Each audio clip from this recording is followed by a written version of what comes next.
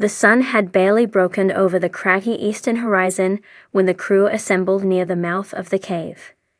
A heavy mist clung to the desert floor, a ghostly veil draped across blind Frog Ranch. Duane Ollinger stood with his arms crossed, his brow furrowed beneath a dusty trucker cap, staring at the dark hole in the rock like it was an enemy he'd fought before and lost to. "Today's the day," he muttered. "We're not turning back, no matter what's waiting in there." Next to him, his son Chad Ollinger tightened the straps on his utility harness and gave the camera a half smile. "Unless what's waiting in there brings the ceiling down on our heads," he joked, but the tension in his voice betrayed any humor. They weren't just walking into any cave. This was the cave, a sealed chamber first noticed on thermal scans during Season 4, one that had emitted anomalous heat signatures and occasional electromagnetic pulses strong enough to knock out radios. No local geologist or historian could explain it. No map showed its presence. And yet, it was there, like the land itself was hiding a secret it was terrified to give up. Duane's voice broke through the static in their earpieces. "Everyone stay sharp. We don't know how stable this thing is." They descended slowly, guided by the light from headlamps and the drone they'd flown in the day before. What they found were narrow, almost man-made tunnels, too smooth to be natural erosion, too symmetrical to be accidental. The walls pulsed faintly with moisture, and strange crystalline veins shimmered in their light. "I've never seen mineral formations like these," said Charlie Snyder, the team's geologist. "They're almost metallic. Like someone engineered this cave instead of nature carving it." The deeper they went, the more unnatural the space felt. The oxygen levels dropped sharply, despite portable ventilation. Their compasses spun. Watches stopped ticking. A persistent, low hum echoed through the chamber, vibrating through their boots like a deep, buried engine. And then it happened.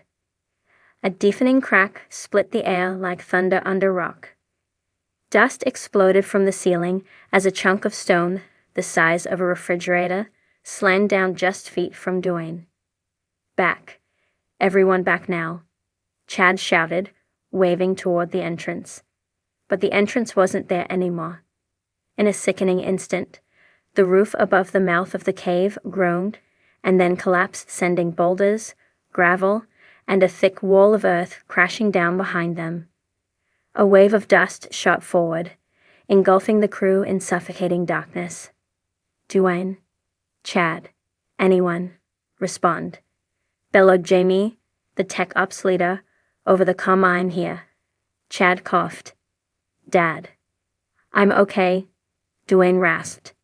Everyone sound off one by one, the crew replied, shaken but alive.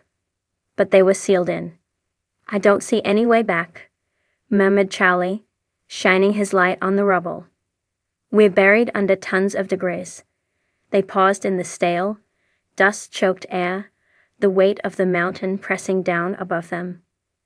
The collapse hadn't just trapped them physically, it had isolated them completely. Radios sputtered with static. GPS blinked red. "Looks like the only way out is forward," Chad said grim. With no other choice, they moved deeper into the cave as they walked. The temperature plummeted. The humid warmth of the upper tunnels gave way to a chill that bit through their jackets. Frost began forming on the walls in geometric patterns, almost like runes. "Guys, look at this," said Jimmy, holding up a UV flashlight. What had looked like natural striations in the stone now revealed intricate glyphs, symbols resembling those found in Mesoamerican ruins, with angular shapes and spiraling lines that pulsed faintly under the blacklight. "This is no mine," said Charlie. "This is something ancient, something ceremonial." Just beyond the glyphs, the tunnel opened into a dome-shaped chamber, the largest they'd seen. At the center sat a platform of polished stone, raised like an altar. Atop it, a sphere made of an obsidian-like material, smooth as glass, and covered in similar glyphs. "It's like some kind of power source," Jamie whispered. "Or a key." Before anyone could stop him, Chad stepped forward and touched the sphere. The hum returned, louder this time. The air around the object shimmered, and the ground beneath their feet trembled. "Chad, get back," Duane yelled, but it was too late. The sphere pulsed once. A wave of light surged through the room, and then more cracks. Another collapse. Stones began falling again, this time from the chamber's high ceiling. Jamie was clipped by a falling rock and went down. Chad rushed to pull him clear, narrowly avoiding a jagged shard that would have crushed them both. "This place is coming down," Charlie yelled. Duane turned, frantic. "We've got to find another exit. Now." They sprinted down the only remaining passage, the ancient glyphs glowing brighter behind them like the cave itself had awakened. The tunnel twisted unnaturally, in angles that defied geometry. It was like they weren't moving through normal space anymore. Then suddenly, light. Dim at first, then growing stronger. They burst into a second chamber, smaller, but open to a shaft above, a narrow tunnel leading straight up, with a wooden ladder rotted with age and coated in what looked like soot. "Looks like someone tried to get out before," Chad muttered. With no time to question it, they began to climb. One by one, they ascended, with Chad carrying the injured Jamie on his back. The shaft groaned with every step, the wood brittle from centuries of decay. At one point, the ladder cracked, nearly sending Duane tumbling. But Charlie caught him just in time. At the top, the tunnel opened to daylight, real daylight. They scrambled out into a crevice high on the cliffs surrounding Blind Frog Ranch, far from the entrance they'd originally gone in. The sun was setting, painting the desert in blood-orange hues. From this vantage, the entire valley stretched out before them, and something else. Down below, near the heart of the ranch, a faint light was flickering near the surface of the earth, like the cave had triggered something bigger. Something buried deep, breathing hard, covered in dust and blood. Duane sat on a rock and looked back at the cliff they'd escaped from.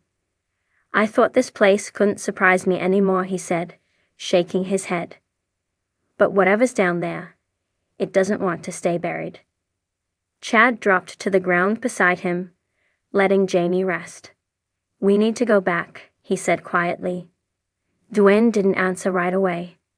The sound of distant thunder echoed over the mountains, though the sky was cloudless. At last he said, "Next time, we bring heavier equipment, and maybe a priest." Back at base camp, the team reviewed the footage from their helmet cams. The sphere's pulse had caused a brief electromagnetic distortion, enough to fry half their systems, but one still image remained. A frame that showed, for a fraction of a second, what lay beneath the altar chamber.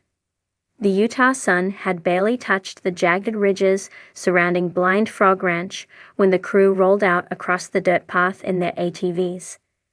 Dust swirled behind them like spirits waking from sleep. This wasn't a normal dig day. This was something bigger. Duane Ollinger, the no-nonsense ranch owner with a stubborn streak deeper than the caverns he explored, stood at the mouth of what he believed might be the most significant cave system discovered yet on the property. It was tucked behind a rocky outcropping exposed after recent flash floods had washed out part of the hillside. Locals never knew it was there. Even Duane hadn't seen it before, until last week. "Whatever's down here," he said into the camera, "I think it's been hidden for a long time. Maybe on purpose." Chad Ollinger, Duane's fearless son, and the team's drone operator, looked over the readings again. The cave was registering strange EMS spikes. Odd, fluctuating temperatures, and seismic tremors that didn't register with local fault activity. It's like something's moving down there, Chad said. Like the ground's breathing. The crew descended carefully, headlamps flickering against the moist, rough walls. The air felt unusually heavy, like a storm was hanging underground. The narrow path opened into a larger chamber, with jagged stalactites above and silvery veins running through the stone like molten metal frozen in time. Then a low rumble. "Did anyone else hear that?" asked Jamie, the crew's technical specialist. His voice echoed off the stone, chased by an eerie silence. They paused, listening. Crack. Not thunder. Not wind. Rock shifting. "Keep moving," Duane said. "Let's get to that lower chamber before this whole place changes its mind about letting us in." Their goal was a cavity marked on a 3D scan the team had created earlier in the week. From the surface, it appeared to be a pocket nearly 70 feet wide, sitting just under the main cave structure. The strange part? The cavity pulsed with warmth, while the surrounding rock was ice cold. The chamber was vast, cathedral-like, with a domed ceiling etched in natural but somehow symmetrical grooves. The ground underfoot crunched with salt and ancient mineral deposits, and in the center stood what looked like a naturally formed pillar, but glimmering with embedded artifacts. "That's not natural," said Charlie, the team's geologist, pointing to a piece of carved obsidian half buried in the pillar. "That's human craftsmanship, maybe even pre-Columbian." But, just as he stepped closer, the ground shifted. A sound like snapping bones roared through the cave as a portion of the ceiling buckled. The team froze. In a MOV. Chad screamed. Chunks of stone, the size of car engines, plummeted. The crew scrambled. One man, Evan, was clipped on the leg and went down. Chad turned back immediately, hauling him up with strength only adrenaline could deliver.